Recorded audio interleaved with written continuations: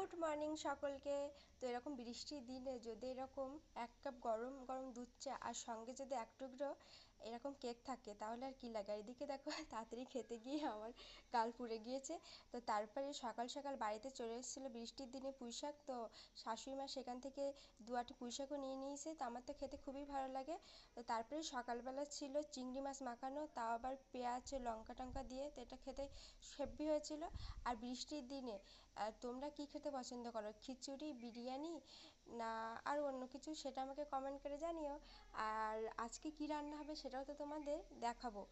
তো দেখো এদিকে আজ তো মুরগি নিয়ে এসছে, আর এদিকে বিশেষ করে রান্না হয়ে গেছে। আর তোমাদের তো আজকে রান্না হবে মানে বিরিয়ানি, তো সে তার ভিডিও তো তোমাদের আগেই দিয়েছি, তো সেজন্য তো দেইনি। আর বিশেষ করে এদিকে পা, ঠ্যাং, ছাল এগুলো কে খেতে পছন্দ করো। তো তারপরে দুপুরবেলা তো তোমাদের আগেই বলে দিয়েছি বিরিয়ানি। তো তোমরা কে কে খেতে পছন্দ করো সেটা আমাকে কমেন্ট করে